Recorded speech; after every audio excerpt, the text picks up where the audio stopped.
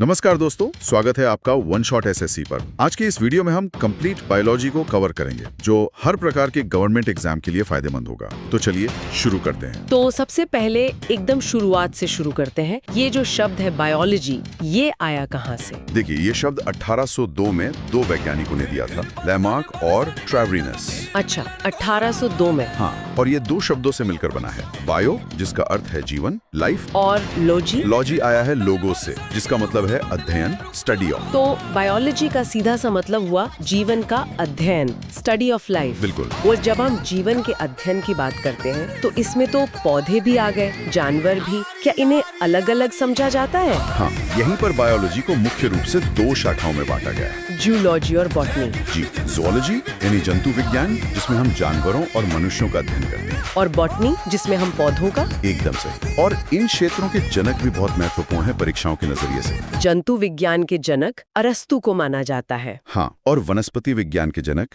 Theophrastus को। अरस्तु के पुस्तक का नाम है हिस्टोरिया एनिमेलियम, हिस्टोरिया एनिमेलियम, और थियोफ्रेस्टस की हिस्टोरिया प्लांटरम। Historia plantarum. कोशिका, कोशिका के अध्ययन को क्या कहते हैं? उसे कहते हैं साइटोलॉजी, या साइटो का अर्थ है कोशिका, सेल, और लॉजी का मतलब है अध्ययन। तो सबसे पहले कोशिका को किसने और कैसे खोजा? ये कहानी भी बड़ी दिलचस्प है। बहुत ज्यादा। ये बात है 1665 की। एक वैज्ञानिक थे रॉबर्ट हुक। अच्छा। उन्होंने पेड़ की छाल से बने कॉर्क के एक पतले से टुकड़े को अपने बनाए माइक्रोस्कोप के नीचे देखा। और उन्हें क्या दिखा? उन्हें मधुमक्खी के छत्ते जैसे छोटे छोटे खाली कमरे दिखे। खाली कमरे? मतलब वो जीवित नहीं थे? नहीं, बिल्कुल नहीं। वो एक मृत कोशिका थी, डेड सेल। और उन खाली कमरों जैसी संरचना को उन्होंने सेला नाम दिया, जिससे आगे चलकर सेल शब्द बना। और इस पूरी जानकारी का स्रोत उनकी किताब है ना? जी हाँ, उनकी बहुत प्रसिद्ध किताब माइक्रोग्राफिया। तो अगर हुक ने मृत कोशिका देखी, तो फिर जीवित कोशिका की खोज कब और किसने की? इसका श्रेय जाता है एंटोनी वॉन ल्यूवेनहॉक को। अच्छा। 1674 में उन्होंने तालाब के पानी में शैवाल के रूप में पहली मुक्त जीवित कोशिका यानी लिविंग सेल को देखा। तो उन्होंने साबित कर दिया कि ये सिर्फ खाली कमरे नहीं है। बिल्कुल, उन्होंने साबित किया कि कोशिकाएं सजीव होती हैं, उनमें जीवन होता है। कोशिका की खोज के बाद वैज्ञानिकों ने ये समझने की कोशिश की होगी कि इसका महत्व क्या है। मुझे लगता है यहीं से कोशिका सिद्धांत की बात आती है।